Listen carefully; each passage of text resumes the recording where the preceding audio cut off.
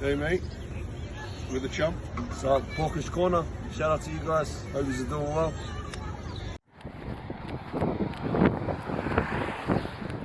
Big Richard, who comes on channel, he's out there, isn't he? He's, I think he's had breakfast bite pool with Jai Opetaia. He watches Porky's Corner.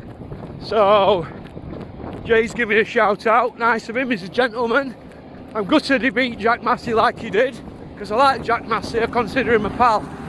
And he watches Porky's Corner as well. They're all watching, let me tell you. And why is that? Why? I'll tell you why.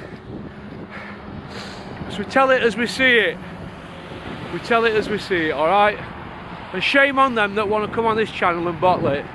If you do change your minds, it's Porky Corner at mail.com, alright? But like I said to that kid this morning, Marcus, when you make an appointment with me and you cock off with 10 minutes to go with excuses, you don't get another chance, alright? Go on, peace out. Hello all you hardcores out there, how you doing? Russ here from Porky's Corner, the biggest gob in sport. We say the things on here that nobody dare say, but everybody can say.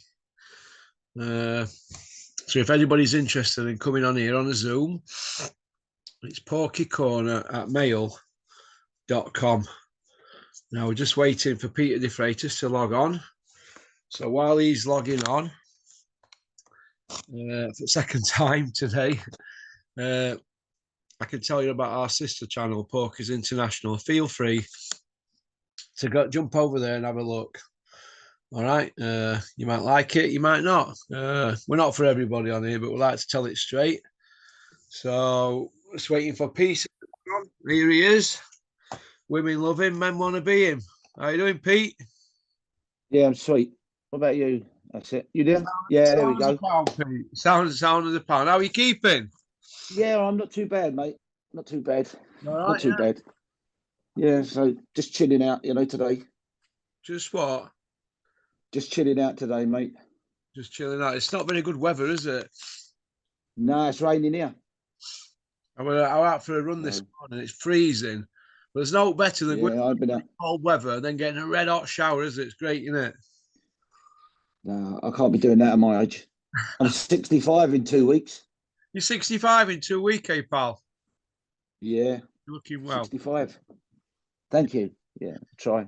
Well, you've probably seen the boxing over the weekend. Yeah, I stayed in and watched that for you, Russ. Yeah. Did you think it was a good show, Pete?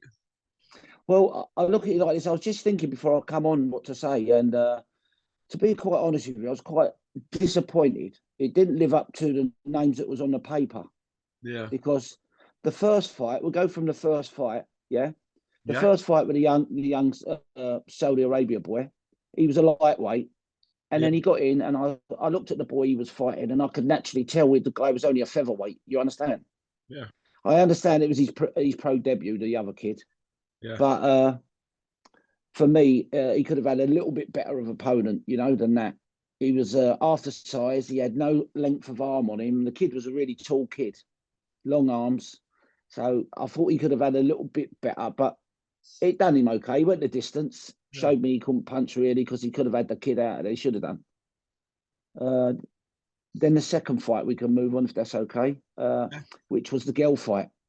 Now, that was the most disappointing fight of the night, and it's probably the worst girls fight I've ever seen. Have you ever been to a gymnasium and seen a trainer just get the long broom handle with a boxing glove on the end of it? Yeah. And he stands in the middle and he prods the opponent like as he's trying to teach him. That's what that reminded me of. She was just like in the middle, jabbing. Like her amateur experience came out big time. And she didn't want to engage Sky Nicholson. And I found it so boring. I thought, what the fuck is this doing on there? It's not good enough, It's not good enough for that standard, Sky Nicholson said his favourite, isn't she? Everybody says, if you know what I mean. Yeah, she is. Yeah. Well, she'd be my favourite as well. She's a nice looking girl, isn't she? Very nice looking girl, very fit. Don't get me wrong, her skills are impeccable. Like, she's a great amateur boxer. But it's not what you want to see in a professional ring. You understand? Yeah, I or see. especially on this or on an elite show like that. So, but I didn't enjoy that at all, really, to be fair. What about the one after Eubanks, wasn't it? No, yeah, Eubanks. Eubank and Sir, how's it spell it? Well, this is what I'm trying to get. Sounds like a skin Yeah, cream, doesn't it, that you put on if you've got a rash? yeah. I mean, I think the kid tried till he got that first body shot, and that sort of took it all out of him. Yeah. And he's what, 34 or whatever. And for me, this is what I'm trying to say. It was a one-sided beating. I mean, what did he get? 2 10-8s and 1 10-7 out of 7 rounds. You see what I mean? It speaks for itself, doesn't it? Yeah. So for me, that you know. Yeah. And what with the rigmarole? Sorry, go on. And what with the rigmarole afterwards? I mean, you know.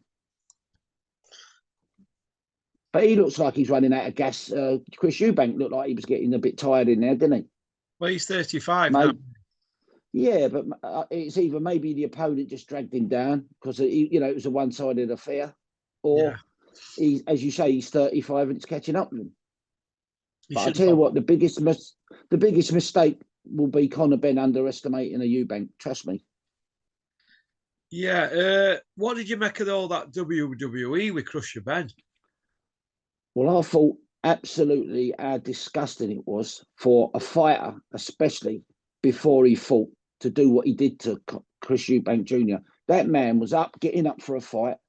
I know when a fighter, the week before a fight, is up for the fight. You understand? He's lucky he wasn't with a fighter who would tear his head off.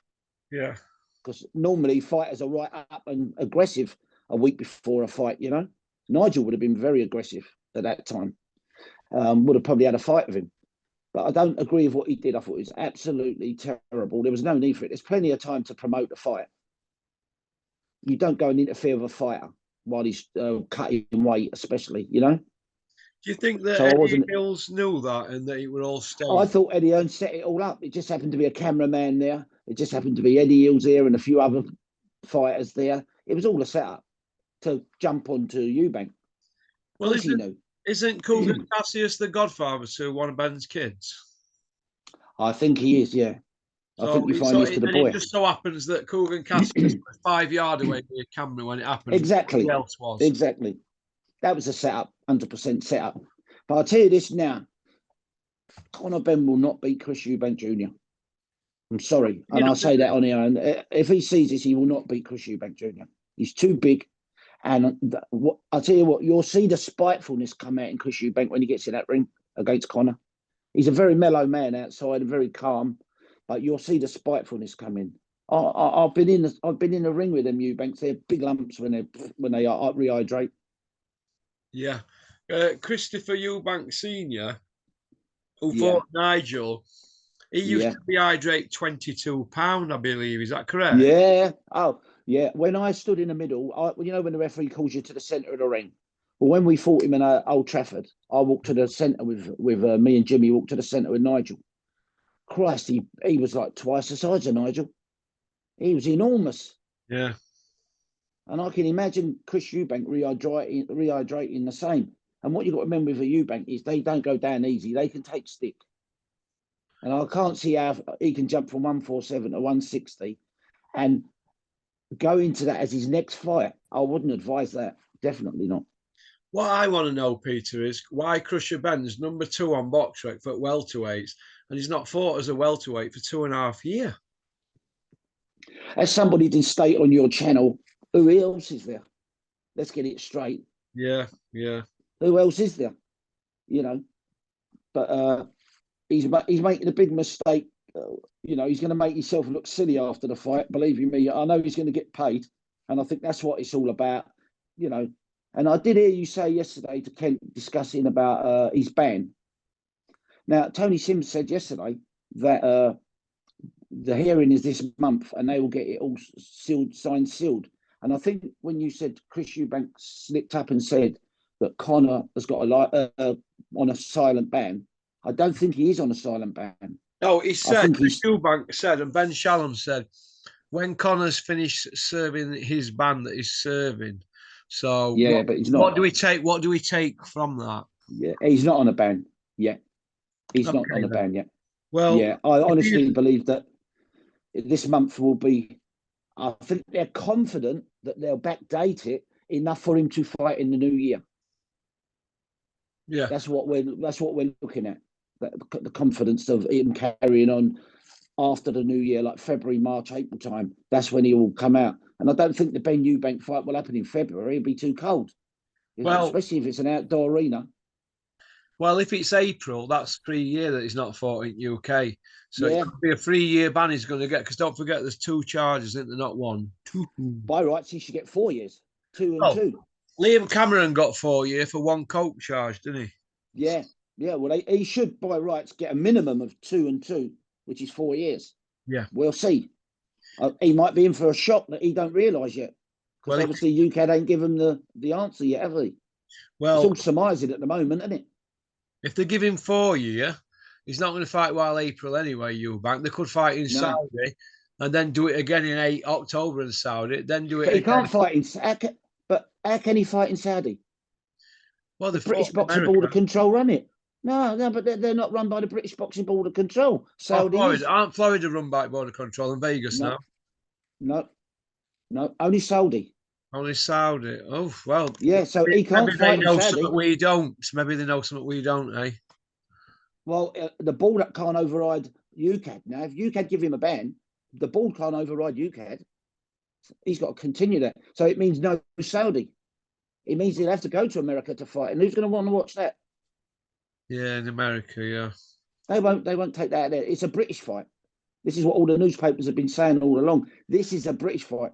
I mean, unless Turkey wants to lose all his money and put it up in Saudi, and once he get his license back, then maybe so. But I can't see him fighting in Saudi under the British Boxing Board of Control, because they won't allow that. They can't. Yeah. See, Turkey's done a deal with the board so that they take control of the fights in Saudi. A lot of people haven't realised that. They go, oh, yeah, you can fight in Saudi. No, you can't fight in Saudi because it's under the British Boxing Board of Control. Do you think that the British Board of Control might have been greased by Turkey? Well, if they are, they might. But what I'm saying is, I'm sure they're open to that. But the only thing is they can't overrule UCAD.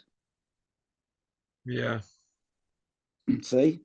It's out of the board's hand at the moment. It's under UCAD. It's not the board that's going to be banning him, is it? They've just got to carry out, say, refuse him a license till he reapplies once his ban's active. Do you think he's behaving like a little bit of a prat? I'd be very much ashamed if I was his manager. I wouldn't handle that. I couldn't handle that. Not around me. Yeah. It's embarrassing, isn't it? I'm not being rude. Look, Nigel's my friend. But that's embarrassing what he's doing. He's making himself look silly. I think you're speaking well and facts to say that you were Nigel Ben's manager for how many years? Oh, I was with him for about 7 or 8 years. When he left McCarthy, he had you, didn't he? Yeah, 7 days a week I was with him. So were you with Nigel then from him losing to Watson and then after then? Yeah. All the way through to end? Yeah, we went to America together. Yeah, so you went to living in Miami with him, didn't you? Yeah, Collins Avenue in Miami. Yeah, what was that like? Miami Beach. Yeah, it was good. We had a good crack, me and him, just me and him, and the trainer lived out there. You know. Oh, what trainer? Vic Andretti. Rick Andretti. Oh, brilliant. Vic Andretti. Sorry, Vic Andretti. Oh, yeah. He was in corner when they had he's passed away, hasn't he, him now? Yeah. He was in the corner for the McClellan fight, wasn't he? No. I had Kevin Saunders in the McClellan fight with thingy Bob from Lonsdale. What's his name? Danny Mancini. Sorry, he's the guy that after round 1, sorry, I've got that mixed up, said, see, I told you there's nothing. See, I told you enough, because Nigel was a bit dejected when he ended round 1. And Danny Mancini turned him round mentally, didn't he?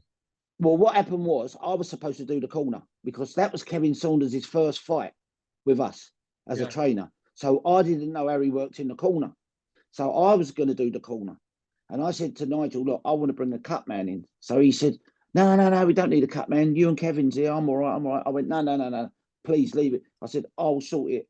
Then I asked Ernie Fossey, and he wanted $4,000 for the night. And I said, no, I'm not giving you $4,000.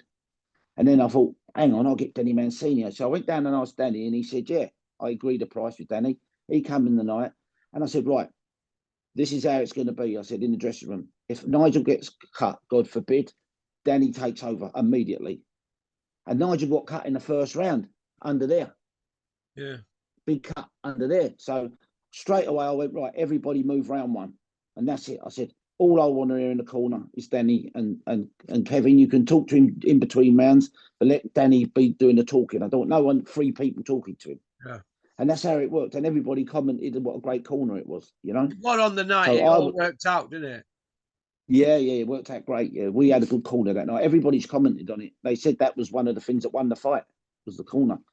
Yeah, well, I watched that, and we barricaded in at Doncaster Prison and watched it on House Block 2D, I think, or 2B, House Block 2B in Doncaster Prison, and all the screws were all lined up as we came out after. They banged us all up, and next day we all went on a nicking. But that's a true story. And the roof nearly came off when he pulled it off, because the hype that fight, well, that was the fight, wasn't it? Well, they said it's impossible for him to actually win. They said it's literally impossible. Yeah, he was going in. Frank Bruno said he's going in with the most dangerous hitman in America. That's what Frank Bruno said. You know, and he won, wasn't he, at the time? Well, he put him down 3 times, didn't he? First round and then 2 after that. And Nigel Ben was behind a round, I think it was, on the scorecard. 1 round behind on the judges' scorecard with 3 to go. But he was getting to him, you know, and he got to him in the end. Yeah, it reminded me of Frotch Jermaine Taylor a little bit, that fight. You know, where Frotch had to walk him down. He had to forget trying to match him for skill. He just had to go for, have a fight. Yeah, well, I don't think Nigel even thought about points that night. It was like, I'm going to get him, you know, and that was it. That was Nigel's hunting him down. Okay. So we spoke about Eubank, Ben. They're going to fight next door. It all depends on Ben's here and all that. So nobody really knows what's going to happen with that. No, exactly. We'll park that one up. Fabio Wardley, white collar kid, against the Olympic bronze medalist.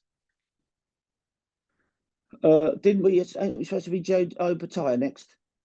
Oh, hang on a minute. Hang on. Sorry. Yeah. Liam Cameron, Ben Whitaker. Oh, yeah. Liam Cameron, Ben Whitaker. Now, Olympic silver medalist against a former Commonwealth middleweight champion. Got exposed, didn't he? He got exposed. And I knew the day was going to come. And he's got found out. 1 is his stamina's terrible. And 2 is he's got no power. Yeah. He looks good for 2 rounds. All the flashy hand speed and all that for 2 rounds. Then after that, what has he got? I had Liam Cameron 3 rounds to 2 after 5, but they classed the 6th round as even because the bell went, so they have to count that. Once the bell went for the 6th round to continue, because he was laying on the floor. I don't know if you know, he was laying on the floor, and then the bell went for round 6, and even though so the referee has to call that has to call that a draw that round. So that's why you got the 58 or whatever it is, 59 scorecards. But I had Liam Cameron up by a round, definitely. I had Liam. And he was going to, and I think he was going to stop him as well. Yeah, he was out of it, wasn't he? Yeah, he was out of it, mate. Yeah, he was out of it. Liam were getting to him. Yeah. He don't like mixing with it. So it's all right being flashy in the amateur ranks when you've got a vest on and it's all about points, tap, scoring. But when you take that vest off and you're getting it back by a guy who went, oh, come on, and you're hitting somebody and he ain't moving, it's a different ball game, isn't it? Yeah. It's like, as Berlew says, it's like rugby to football, 2 different games. You know what I mean? Yeah, it's it reminded me of Frotch sparring Anthony Fowler up at the EIS. He couldn't get near him. He couldn't get near him for 3 rounds, and they were both actually the same weight. Couldn't get near Anthony Fowler for 3 rounds, and then after the 3rd round, he just mauled him. Yeah, just mauled him, and he wasn't a bad fighter, Anthony Fowler. To be fair, I knew Anthony well. Very good fighter, very good. Yeah. And okay, so Ben Whitaker, could we say he quit? I would say he quit definitely. It was definitely a way out. Yeah, Definitely, he did. Look, he could have got up. If that was a 10-round title fight, it was a title fight, wasn't it? His belt was on the line, his little international belt, wasn't it? Yeah. But yeah, he robbed him of getting that, really, didn't he? He was just, his corner told him to stay down, I think. I think it was a 12 rounder, that, you know. Yeah, for international belt. No, 10-rounder. Oh, at 10 rounds. Well, he wouldn't have been able to go Yeah. 10 rounds, that Whitaker. No way. No. Not at that pace, no. He was getting it solid to the body. Okay. Well, Jai Opetaia against Jack Massie. Can I just say that a big thank you to Jai Opetaia. He's been spending some time with Richard, a friend of mine from Wickersley in Dubai at the moment, and he sent a video. Pete's seen the video. We're going to put that at the beginning of this. So big shout out to Jai Opetaia. He's a superstar in the making. Jack Massie may have been overmatched, but he was there on merit. But Opetaia did a better job on him than Parker did, didn't he? Well, I'll tell you what I saw. I saw the full package turn up that night. Yeah. Saturday night from Jai Opetaia. He was big. He was strong. He could punch. He could box. And from round one, he was on him and he never let him go. He followed him everywhere and chased him down and body punched him, head. You know, basically he was the full package that night. Yeah. And Massie met him on his best night because that was his best performance of his career, probably. Yeah. Or one of them, you know. He's up there in the first two. He looked crap though time before, Pete, didn't he? His last fight, didn't he? Yeah. Well, I told you I had money on Massie to upset. Yeah. On that last performance, I only had a score on Massie at 10-1, I think it was. You know, you got to have I thought, well, if anyone could give him an hard fight, it's Massie. Yeah. And full credit to his trainer, Joe Gallagher, for pulling him out. That's the right thing to do. Yeah, he saved him for another day, didn't he? Exactly. He can go and earn another payday. He needs to fight for. You see the best of Jack Massie. He needs to fight some guys that are not big punchers. Yeah. You know, like the Joe Parkers of the world. He can take them 12 rounds, and you know the Adelaides and all that. You know, not big punchers. Yeah. Do you think that Eddie Hills were a bit out of order, jumping up and down like a banshee in the ring afterwards? Do you think it were in bad taste, considering he forced his heart out, Massie, and he went out on his shield, did he, basically? Well, look, at the end of the day, with the big fight, it was a very close fight. It was closer than people are saying. And I think Eddie Hills needs to sit down and rewatch the fight. I'm on about the Massie fight. I'm on about Massie against. The Massie fight. Oh, Eddie was jumping up and down, one ear cheering and all that when the towel came in. You think that were in bad taste? Yeah, little bit. Yeah. Okay, so we spoke about Opetaia, and obviously he's probably the best cruiserweight in the world at the moment, isn't he? No one's going to beat him in the cruiserweight division. Yeah. No one. Do you think him and Lawrence Cole is a good fight at Bridgerweight? I'll be honest with you. I think he could get to a Coley if he roughs him up. He don't like being roughed up a Coley, but he can bang a Coley. And he's in between the weight that he's comfortable at. So it would still be a dangerous fight for Opetaia, but I think Opetaia would beat him at Bridgerweight. Yeah. Right. I think he could go up and do that. Right, then we're going to talk about the one hell of a knockout here. Yeah. Fabio Wardley from White Collar, but I think we need to stop saying that now, against an Olympic bronze medalist. I think he won a medal, bronze. Ben Whitaker won a silver. Olympic medals don't mean shite, do they, these days now? What did you think of that? It went over very quickly in round one. What did you think, Peter? Well, as you know, I honestly thought Wardley would stop him and stop him early. As you know, I sent you my betting slip over. I had Wardley between 4 and 6 to stop him. But to do it in the first round, I never expected that. And you got to say, sort of like, did he catch him cold? Was he a little bit slow starter? Because he was very quick on the job, Wardley. And you got to give him credit. Because, I mean, let's get it straight. If Wardley give them belts up tomorrow, I think he could. Clark could go and win the belts. Do you understand? Yeah. At that weight, I don't see many others going to take over the belt off of him. You know, but he got was real and truly hurt. I mean, I saw the dent in his head, and I was going, cool. And he basically had like a stroke there as well. he was like in another world, wasn't he? Yeah. All his head was dented in. That's where they smashed his cheekbone. Yeah. They've So operated. they've got to operate. Yesterday. Yeah, what they do is they cut your hairline and they operate. They hook it up. That's what they do. They don't cut your face. They cut your hairline, and then they hook it all up, and then that's it. I don't think you'll see him in the ring again, personally. Don't you? No, not at his age. No, he's gave it his best shot, and I'll really be surprised if you see him in the ring again. Do you think he stayed too long as an amateur? Because he's 34 next Yes. year, isn't he? Yeah. Kent said that yesterday. I listened to Kent, and he made a good point about that. He come into the pro game too late. Yeah. And also you get so ingrained into fighting the amateur way, with this, that sometimes they just go, fuck your amateur career with it, and they just steam straight in, take the boxing away. Well, I mean, we did that with Dan Sherry. He come in all trying to give it the boxing bit, and we just took that away and cracked. Over he went. That's the same again. You take his boxing out the window. Somebody might have said to Fabio, go in there for the first couple of rounds and give it to him. Put him on his back foot. And I think that's what he did. Yeah, because that Dan Sherry were a decorated amateur, wasn't he? Yeah, Canadian, yeah. And he beat Eubanks and never got the decision. He should have been expelled, kicked out the ring for that. Do you remember when he back headbutt? Back headbutt, wasn't it? Yeah. Yeah. He beat Eubanks boxing fair and square. Yeah. But he didn't get the decision because it was Eubank. Barry Hearn had it all sewn up. But the same with this Clark. Try 40 box. And Wardley went, I'm having none of that this time. Bang, straight on him. Yeah, it was a bad knockout, wasn't it, though? Very bad. Yeah, one of the worst heavyweight knockouts you'll see for a long while.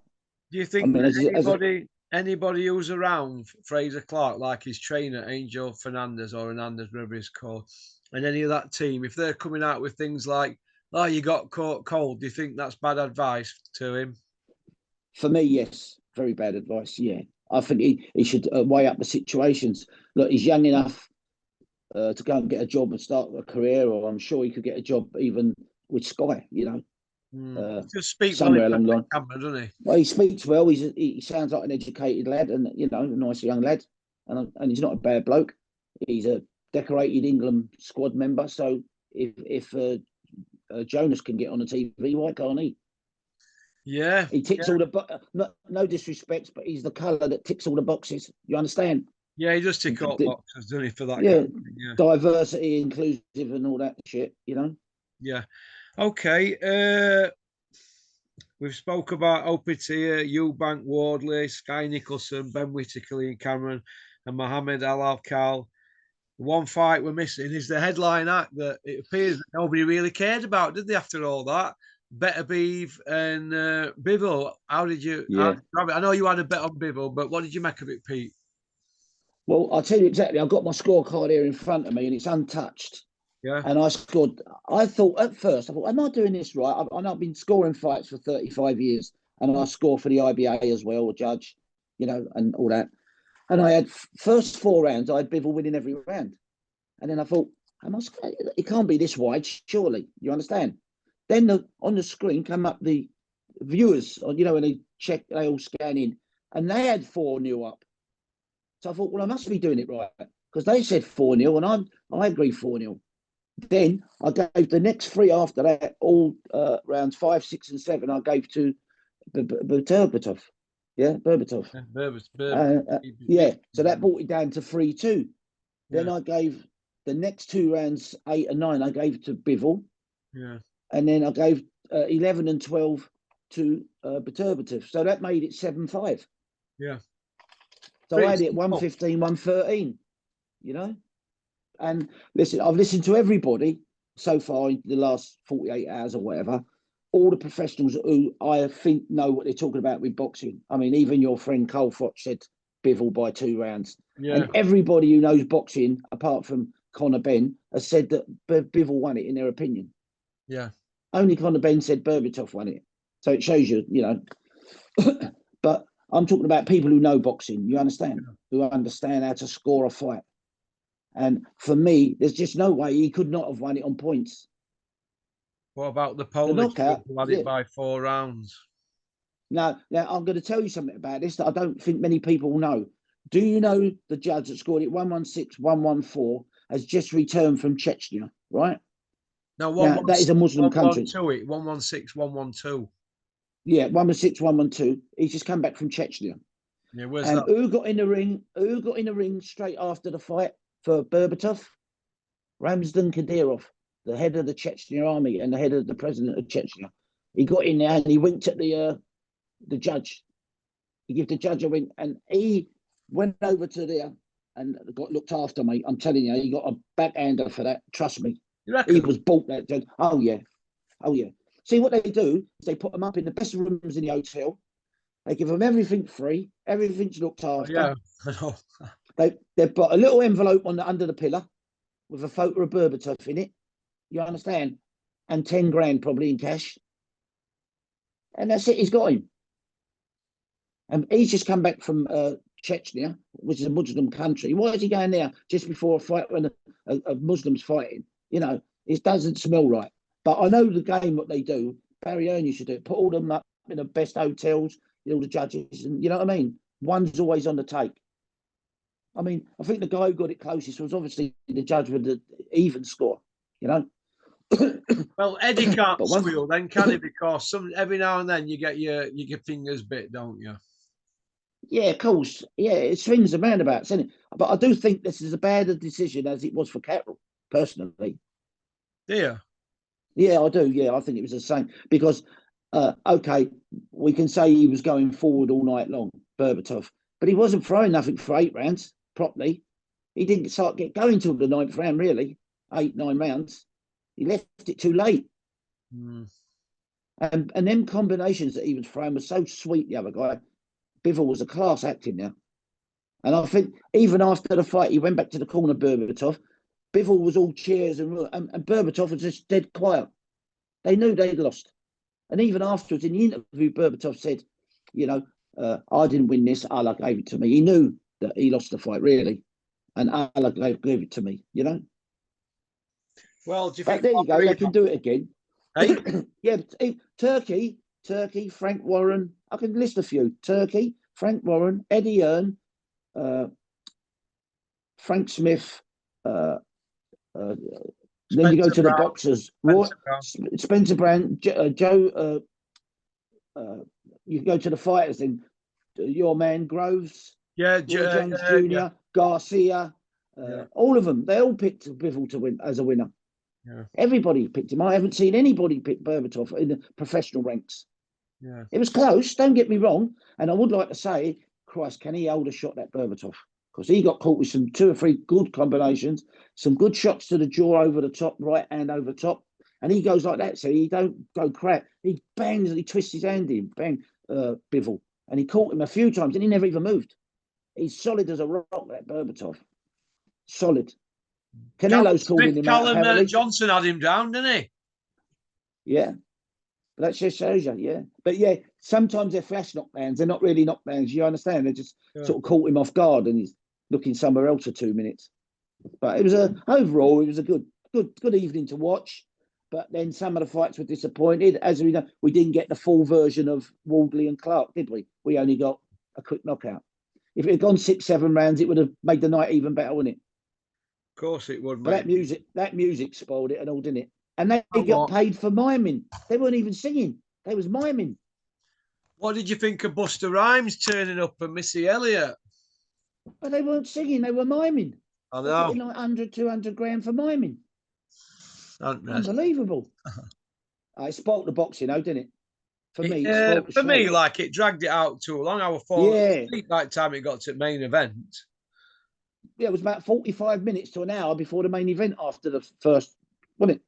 They're playing about with it too much, aren't they now, boxing? Yeah. WWE, and it's starting to wind me up. Yeah. I'll be honest with you, after the end of this year, I think I'm going to pack up watching it.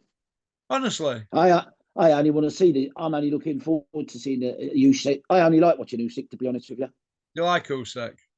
Oh, he's class, isn't he? He's the only one of today's era that could live in the 90s. Do you think he could have held his own against Michael Moore and Riddick Bowe and guys like that and Lennox? I think he would have played with Moore. Yeah. Lennox would have been a different cup of tea because Lennox had the reach and the height and can actually box. Yeah. Riddick Bowe was just a awkward southpaw, but that's two southpaws coming together, isn't it? I Because he didn't know was a Riddick southpaw. Bowe was a southpaw. I thought he was. Oh, not sorry. Not Riddick Bowe. Michael Mora. Michael Mora. Yeah, he's a southpaw. Yeah, sorry. Yeah, no, Riddick Bowe was class. He was different. He would have been a tough fight for Usyk. Them two. He was washed up at 28 though, Riddick Bowe, wasn't he? Really? Yeah. But early in his career, he was still a good fighter. Yeah. Usyk could have lived with them definitely, but the others couldn't. Yeah. Your Furies and your Joshua's couldn't. Yeah, well, Fury and Joshua, the CVs won't stack up in 90s, would they? Let's be fair, Russ. They're manufactured, aren't they? Yeah, it's like a singer. It's like a singer that's got a pretty face and looks the part. What they do is they put a voice on one track and they do it 34 times and they bet all the best words that she sang and put them all together and they manufacture them. Do you see what I mean? Yeah. And that's what they've done with him. They've got all the opponents. You know, it's like Ben Whitaker. They won't give him a rematch. Ben Whitaker's Lee thingy bob. They won't give him a rematch. No, Lee Cameron. They won't give him a rematch, and he will only go in with a. You watch his next fight. I bet it's against a blown up super middleweight. Ben Whitaker. Okay. Do you think that Bricktop looked a bit daft holding Turkey's hand coming into the ring? Didn't think he'd do that, but then again, Bricktop goes where money goes, mate. He loves the smell of money. He's money motivated. Oh no, I've worked with him. I worked with him for 3 years solid, and I know he's money motivated, mate. But the only thing I've got against what I don't like about Bricktop is, say for instance, like I was with Nigel when I had my other fighters after who were down the peg. You know, they was all coming up and coming fighters. I couldn't get hold of him, and yet I worked with him solid for 3 years. Every time I rang, got through. As soon as Nigel retired, he ain't got time for you. He only wants you at the top of the tree. You know, he don't leave his office. He don't go in the gyms, working around the gyms, watching fighters. He does there's a big camera dude, like a big film crew going there that day, and like he did with Dubois and that a couple of times. That's unusual for him. He's never ever come to Nigel's gym once, ever. I know. I just think he's I look at it like this, right? He comes across as a geezer and a man's man, Bricktop, and he's got my respect for what he's been through. He's always on comeback. Oh, he's done it the hard way. He's done it the hard way because he had to beat a lot of powerful people in the beginning. Yeah, he's done all that. He had to beat the syndicate, didn't he? He had to beat the syndicate. he's done all that, and yet he's holding the guy's hand. But yet, a few years ago, he were on internet doing interviews, going on about the human rights out there, and now look at it, and it's like money, isn't it? On them, eh? It's the money, mate. The old Benjamin. Money makes you do crazy things, Peter, doesn't it? Makes you do crazy things. Money is the root of all evil. Makes you reaches inside you, doesn't it? And also, like, you don't realise. I mean, it's like me when I was active. My phone used to ring 60, 70 times a day. Yeah, from morning till night, my phone would go. I'd be lucky if I get 2 calls a week, Russ. Now. Yeah. You know what I'm saying? It just, but I'm glad because that's how I like it. Yeah. But I mean, if I wanted to jump back into the scene again, I could, but I don't want to. I've got nothing to do with it. Like, I know you've been asked to manage kids, haven't you?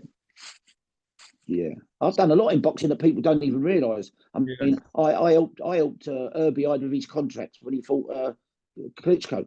Yeah. You know, I've done lots in boxing that people don't even know. I've worked with Duke McKenzie, Chris Pyatt. I've worked with lots of world champions and that. You know. Right. Okay. Well, listen, Pete, it's been a pleasure having you on. You're always a gentleman. Oh, thank you. Popular on here. I get a lot of people asking in emails when you're coming on and in comment section. So thank you very much for giving me your time. I know you've got a lot on your plate down there. Yeah, you're welcome. All right. Listen. With regards to the November money, the thing, I'm going to step aside out of that because it's not fair to the other kids who are getting, say, 1,000 and odd views and I'm getting 5,000. And I'm an ex-pro and manager and trainer. So I'm going to slip aside and let whoever comes second in it, under me, let them have the money, and help them to progress. So the channel can build. Peter, right? I know you're coming on November, but for you to do that, you're a gentleman. Thank you very much. No, you're more than welcome. Yeah. All right, mate. So thank you. Goodbye, viewers. Take care, Pete. Bye. Hello, mate. Bye. Well, that were Peter Defreitas. Nice to have him on. He's always a gentleman.